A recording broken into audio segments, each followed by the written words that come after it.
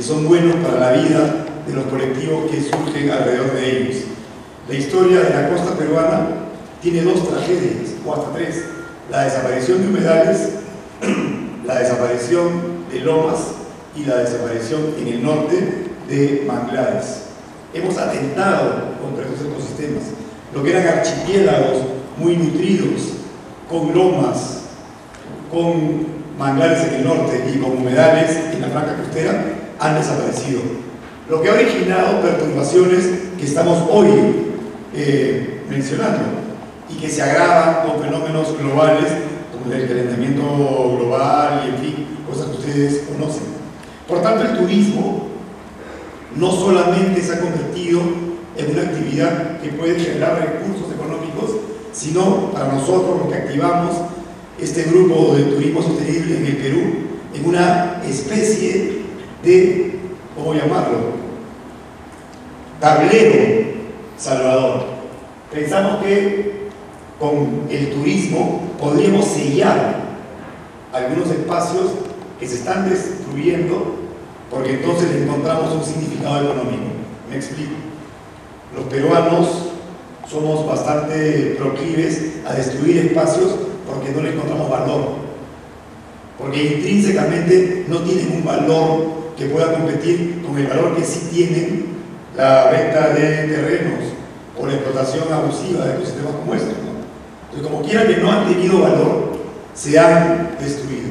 Claro, ustedes como yo podrían decir que el valor paisajístico es de por sí un valor que hay que preservar. Es decir, yo como ustedes podríamos afirmar, hay que cuidar Villa o hay que cuidar Medio Mundo porque son hermosos, porque son maravillosos, porque son paisajes inalterados o poco alterados que deben permanecer allí para las próximas generaciones. Pero en un mundo donde todo se resuelve por las variables económicas, nos hemos tenido que empinar para encontrarle un valor al margen de ese que sí sea tomado en cuenta por la comunidad y se salven. Entonces hemos inventado esto del turismo y de las actividades afines, recreativas, de investigación científica, y estamos en eso. Yo le voy a hablar un poco de otros humedales, por ejemplo el de San Pedro en Vice, en Piura, que es un humedal con 125 especies de aves, algunas de ellas migratorias, con flora vascular muy apreciada, con biodiversidad inmensa, pero que lamentablemente en esa zona se ha descubierto petróleo. Por tanto, para quien negocia esto, el petróleo tiene más utilidad que aquello que en sí defendemos por su valor intrínseco. Es decir, a la hora de negociar, el Estado le entrega a una transnacional un lote petrolero y pasa a segundo plano el tema de su biodiversidad, de sus aves, de su complejidad histórica, de sus valores culturales, porque hay una necesidad de hacer caja fiscal, de conseguir dinero. Eso hay dinero, ¿no es cierto? Entonces, tenemos como colectivo que empezar a ver que hay amenazas de otras actividades, de otras lamentables operaciones, y por eso es que tenemos que ser audaces en levantar propuestas de turismo que de repente cambien esta batalla que estamos perdiendo, porque cada vez se entregan más espacios naturales a las explotaciones tradicionales, minería, pesca irracional, etc., y no se está viendo que hay otras posibilidades de desarrollo. Entonces, esta es una lucha contra el tiempo, una lucha sin cuartel. Hay que seguir explotando petróleo y sacando de la tierra hidrocarburos y productos. En todo caso, que es un peruano que está instalado en el mundo de la conservación como consultor y funcionario afuera, sostiene que el Perú desde hace 300 años o más no ha podido salir de su matriz de desarrollo y considera que esa matriz de desarrollo minera o solamente minera no es una matriz que vaya a ser del todo sostenible, que hay que inventar otras y que además están en la agenda de otros países y están en el rollo de quienes han aceptado la sostenibilidad en el desarrollo como una tendencia que hay que cumplir.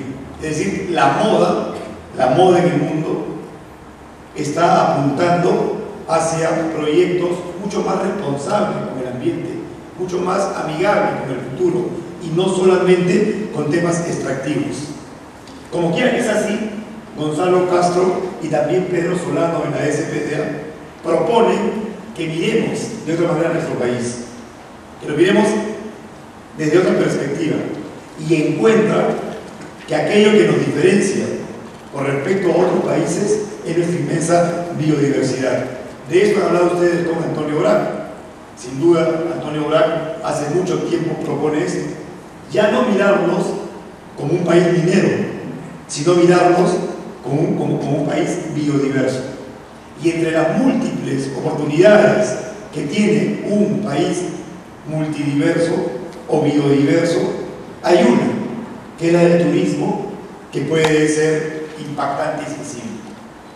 Entonces, dentro de esa intencionalidad, se han ido armando en el Perú proyectos que intentan proteger espacios para el turismo. Lamentablemente, y esta es una tarea pendiente para los promotores de este proyecto, los emprendimientos turísticos producen dineros que no son comparables con lo que produce el petróleo, en el caso, por ejemplo, de San Pedro de Vizca. Entonces tenemos que ser más audaces y hablar de otros inventos que la modernidad ha traído. Por ejemplo, uno segundo, parte del turismo, los servicios ambientales. Los humedales generan en sus acuíferos, cuando se recargan, agua y también fijan carbono en su flora vascular y en su flora más general. También producen oxígeno, es decir, también benefician, ¿no es cierto?, a los pueblos aledaños. Y en los humedales también se pueden hacer actividades que a veces uno piensa que están reñidas contra la protección, por ejemplo la agricultura. Yo el otro día lo comenté en ese taller en la Universidad Científica del Sur. Revisemos el concepto de uso de los humedales, porque de repente por puristas estamos cerrando humedales para el disfrute humano visual, para la práctica del turismo y no para algunas actividades económicas.